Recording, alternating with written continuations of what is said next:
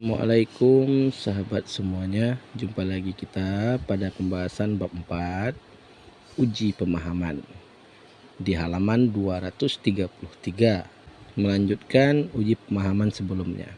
Pilihlah salah satu jawaban yang benar. Pertanyaan nomor 1. Setelah ditahan dan diasingkan ke Sri Lanka, posisi Sultan Jamaluddin di Tidore diganti oleh Belanda dengan mengangkat A. Syahadati, B. Patra Alam, C. Pangeran Nuku, D. Pangeran Kamaluddin. Untuk menjawab soal nomor 1, sahabat tentunya butuh literasi dari sejarah Sultan Tidore ini ya sahabat ya. Tentunya dapat sahabat lihat sendiri di buku ini juga, yaitu di halaman 221 ya. Sedikit tentang kilas balik ceritanya ya sahabat ya, untuk menjawab pertanyaannya. Muhammad Amiruddin itu adalah nama kecil dari Pangeran Nuku, lahir sekitar 1738. Pangeran ini adalah putra dari Sultan Muhammad Mas'ud Jamaluddin ya, berarti adalah Sultan Jamaluddin ini ya dia yang pertanyakan. Pemimpin Kesultanan Tidore sejak tahun 1757. Pada masa pemerintahnya, Sultan Jamaluddin sering tidak setuju dengan VOC yang ingin menguasai perdagangan di wilayah Maluku. Akibatnya, atas perintah Gubernur Jenderal VOC, Sultan Jamaluddin ini ditangkap dan dibawa ke Batavia, kemudian dibuang ke Sri Lanka hingga wafat di Sri Lanka tersebut. Untuk menggantikan posisi dari Sultan Jamaluddin sebagai penguasa Kesultanan Tidore, maka Belanda menunjuk Patra Alam sebagai sultan, diikuti dengan pembaharuan perjanjian antara Tidore dan Belanda. Oke, jadi jawaban nomor 1 ini sudah jelas, yaitu Patra Alam, B. Kita lanjut ke soal nomor 2. Perlawanan Nuku terhadap Belanda dilatar belakangi oleh A. VOC membuat kerajaan Maluku, Seram, dan Irian menjadi tidak berdaulat. B. Kantor pusat VOC dipindahkan ke Batavia oleh Jean Peter Zun Chuen. C. VOC melakukan perdagangan rempah-rempah di Nusantara. D. VOC dipimpin oleh suatu dewan yang terdiri dari 17 orang. Oke, di sini kita harus paham dulu latar belakangnya ya sahabat. Di Halmahera, Pangeran Nuku mulai menghimpun kekuatan. Para utusan dikirim ke wilayah-wilayah yang termasuk wilayah kekuasaan Kesultanan Tidore, juga ke Seram hingga bagian timur hingga Kepulauan Raja Ampat di Papua. Pada tanggal 11 November 1781, Pangeran Nuku diangkat sebagai pemimpin dengan gelar Sri Mahatuan Sultan Amiruddin Saifuddin Shah Kaichil Paparangan ya. Nama Kaichil Paparangan yang artinya Raja Perang. Ini mengindikasikan bahwa Sultan Nuku siap merebut kembali haknya sebagai pewaris sah Kesultanan Tidore sekaligus pengusir Belanda dari Maluku.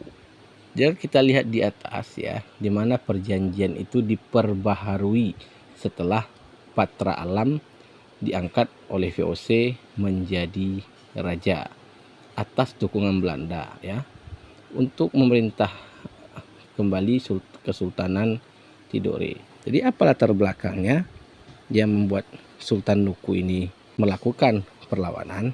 Oke, itu dikarenakan dari status Kesultanan Tidore tidak lagi sebagai sekutu melainkan sebagai kerajaan vasal. Tindakan Belanda ini tentu saja tidak berkenan di hati rakyat, akibatnya timbul pergolakan. Pangeran Nuku dan adiknya Pangeran Kamaluddin merupakan pewaris sah. Tidore dianggap sebagai musuh ya, dan kembali ditangkap atau diperintahkan untuk ditangkap. Jadi jawaban yang pas itu adalah VOC membuat kerajaan Maluku, Seram, dan Irian tidak berdaulat.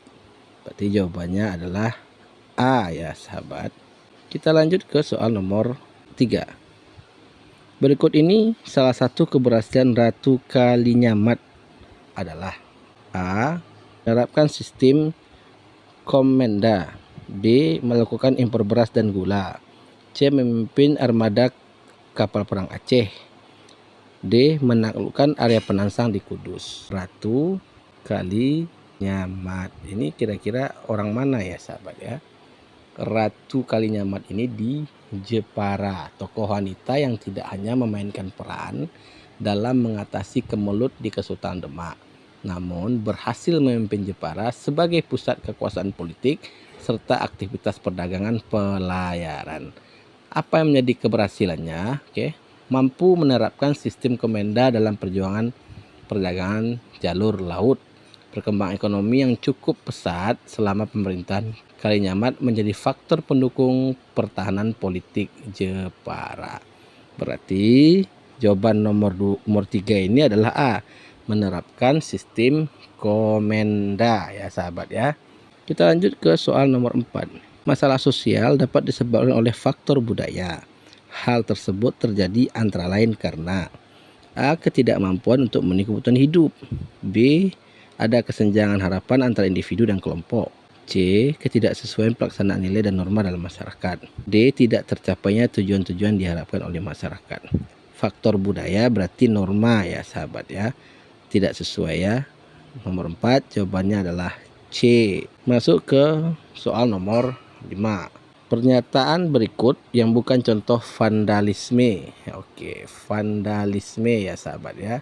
A. Memetik bunga sembarangan. B. Membuang sampah pada tempatnya. C. Mengambil barang online tanpa izin. D. Membuat coret-coret tembok di sekolah. Vandalisme ini adalah perbuatan merusak dan menghancurkan hasil karya seni dan barang berharga lainnya. Dalam kurung itu adalah keindahan alam dan sebagainya. Selain itu, vandalisme juga bisa diartikan sebagai perusakan dan penghancuran secara kasar dan ganas. Jadi di sini tampak ya sahabatnya yang mana yang merusak ya, yaitu banyak di sini ya yang merusak ya. Jadi ini yang bukan sahabat ya, membuang sampah pada tempatnya. Nomor 5 jawabannya adalah B. Berarti yang A itu vandalisme, yang C itu vandalisme, dan yang D juga vandalisme. Oke sahabat, sekian dulu pembahasan kita kali ini. Kita lanjutkan di part selanjutnya.